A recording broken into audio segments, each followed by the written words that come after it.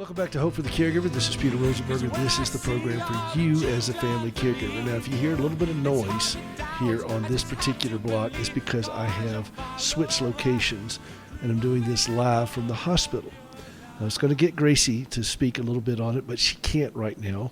And so I've asked someone very special to come on the show and talk a little bit about her journey. Now, we were sitting here in our hospital room, and here comes this young woman in with a guitar and all kinds of devices and musical devices. She's a music therapist. And she graduated from Belmont University in Nashville, where Gracie and I met and attended school. We were both music majors there. So as you can imagine, that was kind of cool. This is Sophie Gastel. Where are you originally from, Sophie? I'm originally from Rockford, Illinois. Can you understand me the way I talk? Yes, those years in Nashville really helped. Tell us a little bit about music therapy, why you got into it, what you hope to accomplish. Yeah, music therapy, I originally got into it because I have two major passions, people and music, and my suite mate freshman year at Belmont was actually a music therapy major, and so I kind of just stumbled upon it and fell in love with it from there. And the reason I got into this internship, I really want to work with adults, especially in addiction medicine, but I'm embedded in the palliative care team as well as the general hospital. And we go around and see patients all around the hospital with different diagnoses, with ranges of goals, and definitely ranges of interventions that we do too. What has surprised you about this? The amount of storytelling that happens in this job. It's so much about learning about people's stories and where they've come from and how that plays into their lives and how they got into the hospital as well.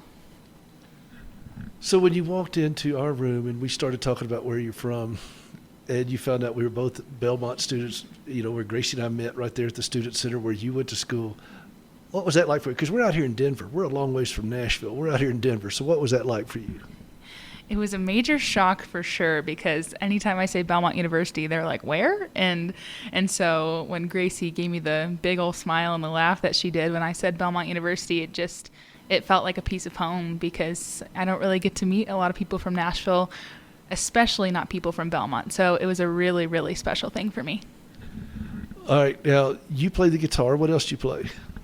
I'm a vocal principal, but I can play the piano, the ukulele, and we've got a ton of different percussion instruments that I'm not very good at. Well, I saw one and I thought it was a tambourine, but it turns out it was just a stool that collapses.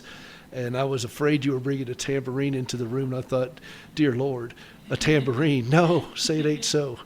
But it was not a tambourine. So everybody rest assured it was not a tambourine.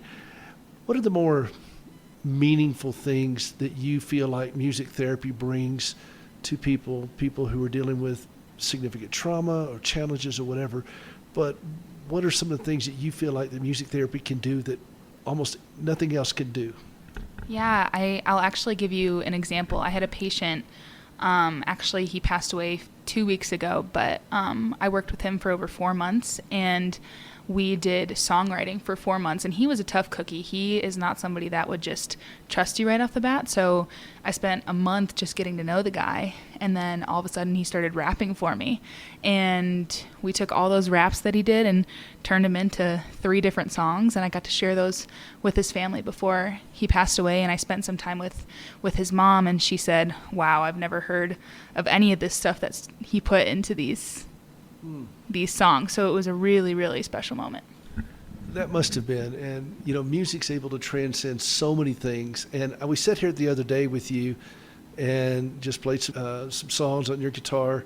Gracie sang with you, and it was just really meaningful. Then you brought a keyboard up here to me, which was kind of cool. And I got to go find a pedal for this thing. Mm-hmm. But it's very meaningful to be able to have that. And it just felt, for a moment, we just kind of left all the craziness of the hospital and we just played some music. And music has been the one thing that Gracie and I have been able to have during all this lengthy journey that started long before you were born. And we've been able to play music together, sing. It's kept us from going into some darker places, because it is. Her life is filled with pain. And we're going to have her on in just a minute, but she was just having a rough afternoon, and Sophie comes in and she just lights up a room even with a mask, you're able to do that. And she carries her guitar around and all this gear. Bless her heart, she's got to just lug. I told her she needs to get like a little trailer or something and pull it around. I want you to know how much it means to us, Sophie, just to have a little taste of Nashville, a little taste of home there, and the music especially that you bring, and just the joy. And she was very gracious to ask, how are you doing? How are you feeling? Which, of course, you all know as listeners of this program, that's the question we ask. So, Sophie, thank you. Any last words? No, just thank you, Peter, for allowing me to get to hang out with you guys and share music together. It is our pleasure. All right, we're going to do some more music with Sophie, with Gracie a little bit later, but she has more patients to see.